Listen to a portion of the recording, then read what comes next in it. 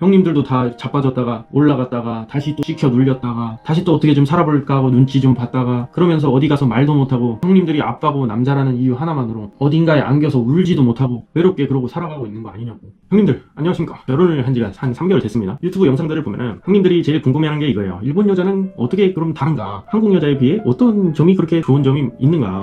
혹시 단점은 뭔가? 뭐 이런 것들이 제일 형님들은 궁금해하실 것 같은데, 이제 일본에 넘어와서 3개월 차 신혼생활을 하고 있는, 그러니까 저는 매일같이 호흡을 같이 하면서 같이 살아가고 있는 거죠. 가족들도 만나면서 좀 느낀 게 여러 가지가 있어요. 기본적으로 연애를 하는 상황과는 다르게. 근데 유튜브 영상들을 보면 좀 뻔한 내용들이 많단 말이죠. 일본 여자들은 리액션이 좋다, 잘 웃어준다, 잘 화를 내지 않는다, 미안하다, 고맙다 이런 말들을 많이 한다. 그러니까 어떻게 보면 이제 상상 속에서 생각하고 있는 내조를 잘하는 현모양처의 이미지가 막 녹아들어가 있어. 그냥 찍는 사람만 다를 뿐 그 내용을 동일하게 계속 언급을 하고 있단 말이죠. 그러니까 이제 형들한테는 궁금한 게 없는 거야. 돈도 그냥 뭐 데이트할 때 보면 이제 반반씩 내는 친구들도 많고 막 하니까 입맛에 당긴단 말이야. 근데 제가 오늘 할 얘기는 끝까지 들으시면 일본 여자에 대한 이해도가 표면적인 가치의 장점 그 이상으로 심도 깊은 이해 자체가 가능해서 마음을 이해하고 연애까지 발전을 할 만한 능력을 함양하는 데 큰 도움이 될 거라고 저는 생각을 합니다. 제 아내를 보면서 일본 여자는 참 실존주의적인 사고를 가지고 살아간다는 생각을 했는데, 일본 여자를 이해하는데 실존주의 철학이라는 게 도대체 왜 나오나 하실 거예요. 실존주의를 한마디로 말하면 인간이 먼저 존재를 하고 그 다음에 스스로 의미를 만들어간다, 뭐 이런 얘기더라고요. 결국에는 본질을 가지고 태어난다는 게 아니고 그냥 살아가면서 그 의미를 찾아간다, 이런 얘기가 되는 거고. 보면은 우리는 되게 네이밍을 하는 걸 되게 좋아해요. 그래서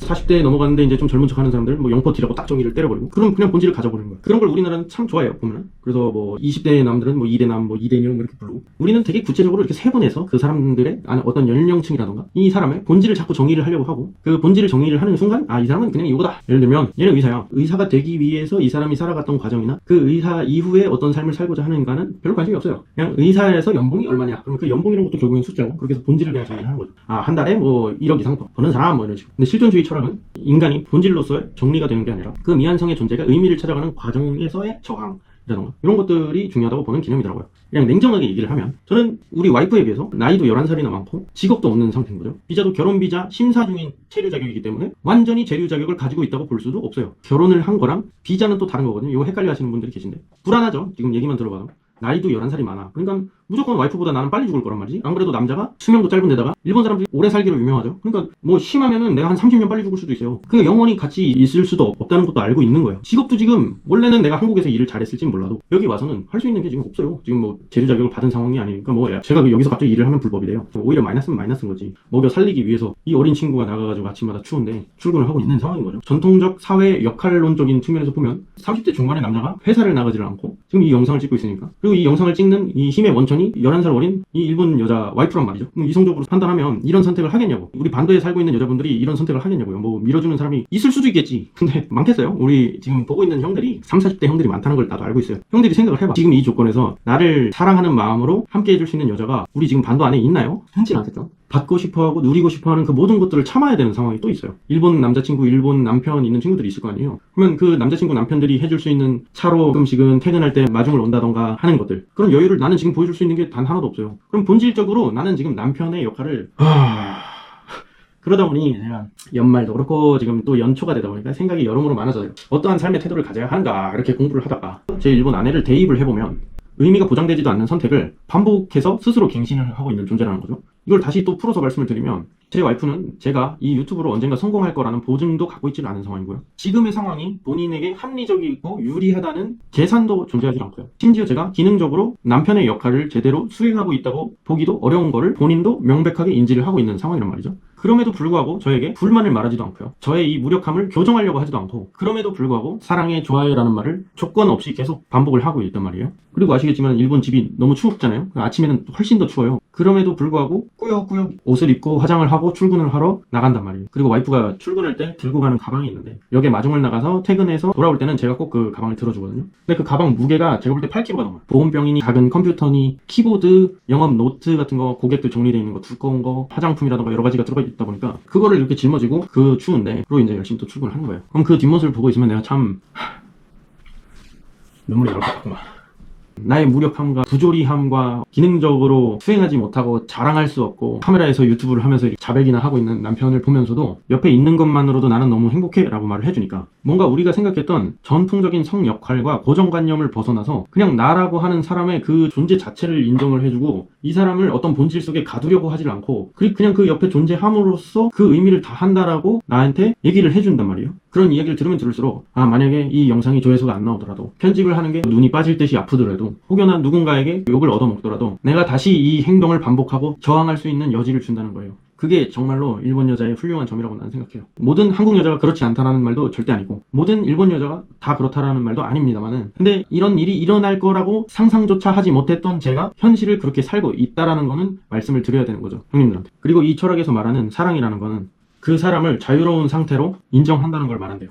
근데 이 자유라는 건 또 뭔가 생각해보니 법, 국가, 사회, 제도, 문화 그 틀 안에 갇혀져 있지만 그럼에도 불구하고 내가 내 개인으로서 선택할 수 있는 그런 용기? 저는 참 그런 용기가 부족했던 것 같아요. 중학교에 가면은 반이라는 틀 안에서 1등을 해야 되고 그 1등을 하고 나면 더 좋은 고등학교를 들어갈 수 있고 그 좋은 고등학교에 들어가고 나면 거기서 다시 경쟁을 해서 이과를 가면 더 취업이 좋다고 해서 내가 우러러봤던 친척 형들이 다 명문대를 나온 형들인데 가고자 하는 길을 우러러 보아서 나도 그 길로 그냥 가야 된다고 생각을 해서 그냥 그 길을 열심히 살아본 거고, 그리고 이제 서울로 대학을 왔습니다. 주어진 역할 그리고 내 본질을 찾아가는 데는 상당히 열심히 노력을 했지만 그렇지 않고 이렇게 함으로도 행복하게 살 수 있다는 저항은 한 번도 생각을 해본 적이 없어요. 그런 용기가 없었어. 나는 반드시 그 안에서 엘리트가 돼서 멋진 양복을 차려입고 당연히 관리직, 연구직으로서 해외 출장을 다니면서 연구를 하면서, 그리고 나의 친척 형들은 다 지금 그렇게 살고 있습니다. 대기업의 높은 자리에 올라가서 계신 분도 있고 뭐 남부럽지 않은 연봉과 집, 서초동에 있는 아파트와 뭐 이런 것들을 가지고 있는 형들이 있어요. 대학교도 서울대, 연대, 고대 뭐 정말입니다. 다 서울대, 연대, 고대 뭐 그런 인생을 참 동경하고 살았고, 그 친척 형들도 그 인생을 만들기 위해서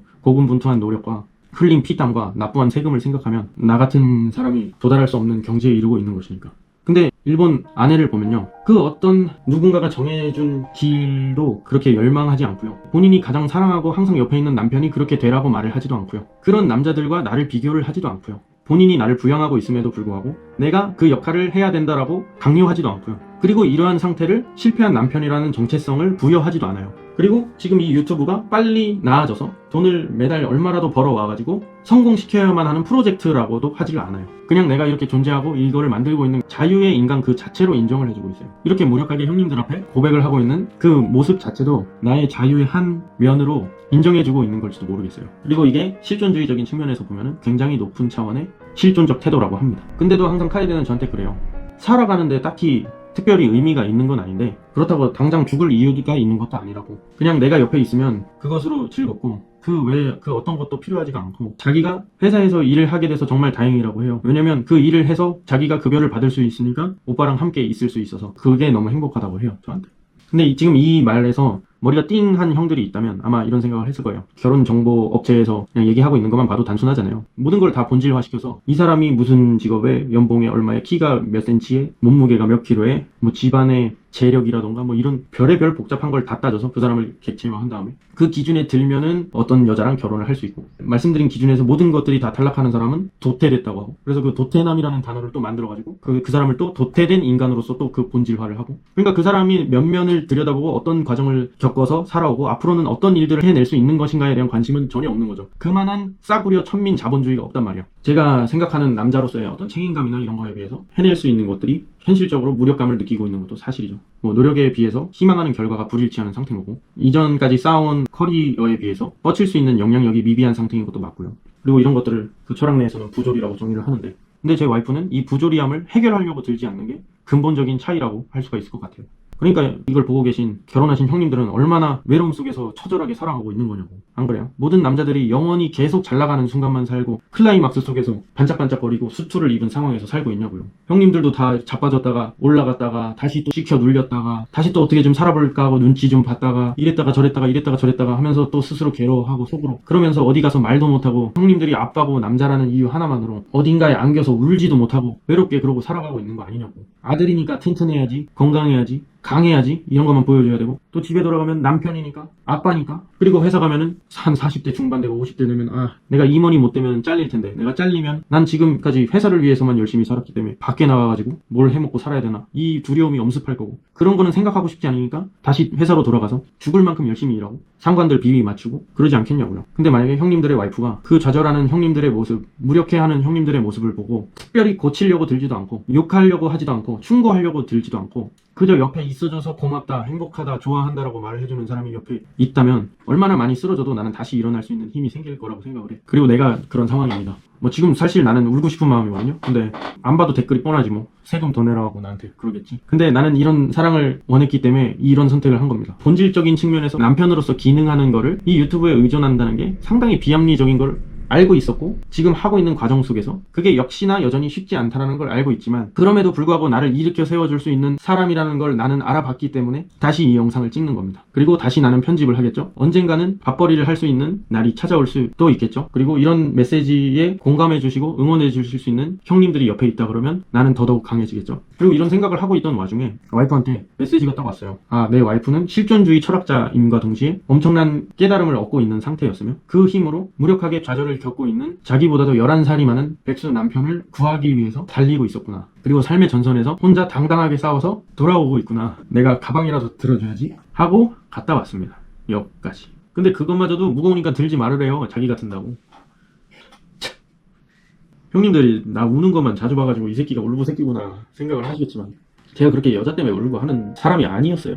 딱 봐도 애가 그냥 당당하니 지 할 말 다 하고 그런 애잖아요. 딱 봐도 순진하고 좀 맹할지는 몰라도 그렇다고 막 당하고 사는 스타일은 딱 봐도 아니어 보이잖아요. 뭐 화를 내면 내 거고 아니면 아닌 거고 그냥 그래 뭐 헤어지면 헤어진 거고. 근데 이 실존주의 철학자가 하는 행동을 보면 아 근본적으로 뭔가가 다른 게 있다라는 생각을 하게 되는 거고 지금은 힘들지만 언젠가는 잘 될 거야 라는 태도를 가지고 와이프가 저러는 것도 아니고 네 가능성을 믿으니까 버티는 거야 라는 것도 아니고요. 그냥 저랑 함께 있기 위한 그 행위 자체야 라고 말을 해주는 거더라고요. 그래서 미래가 약속되어 있지도 않고 실패의 가능성이 열려있고 그럼에도 선택의 책임을 온전히 자신의 책임으로 돌리고 있으니까 얼마나 우리가 아내라는 것에 대해 착각을 하고 살아왔는지 깨닫게 됐습니다. 이 3개월 동안 긴 시간 주절주절 주접떠는 영상 봐주셔서 너무나 감사드리는 바입니다. 새해 복 많이 받으시고요. 26년에는 더 좋은 인연이 있으시길 바라겠습니다. 정진